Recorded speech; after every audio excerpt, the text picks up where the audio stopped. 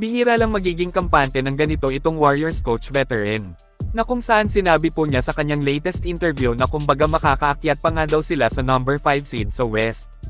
Sinilip po natin ang standing ngayon sa Western Conference ay hindi nga sila masyado malayo sa nakatayong number 5 at number 4. Ipapanalo nga daw nila ang mga paparating pa nilang mga laban. Base sa sinabi dito ni Kerr ay talagang seryoso silang isiguro ang pagkuha ng playoff spot, rank number 46 ang plano nila ngayong season. Hindi na maglalaro ng play-in tournament. Ito pakinggan po natin ang sinabi ni Steve Kerr. Regular season?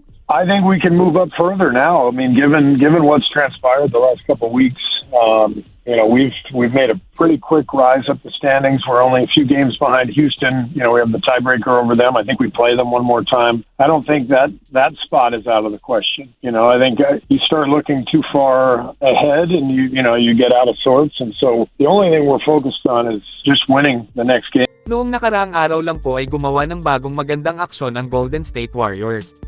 Kung saan kinuha nila itong si Braxton Key bilang 2-way contract, at kinonvert sa NBA standard contract itong si Pat Spencer.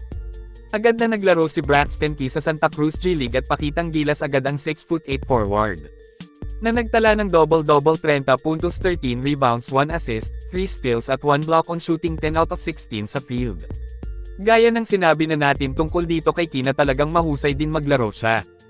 Parang Jonathan Kuminga o mas magaling pa nga. Mautak ito maglaro at may pambihirang passing ability, 3-year NBA veteran na siya, nakapaglaro na noon sa Sixers, Detroit Pistons at Denver Nuggets. Napaka-solid ang bagong player na kinuha ng Dubs, matalino talaga sila sa pilian ng manlalaro. Ito panoorin po ninyo ang debut game ni Braxton Key sa Santa Cruz G League.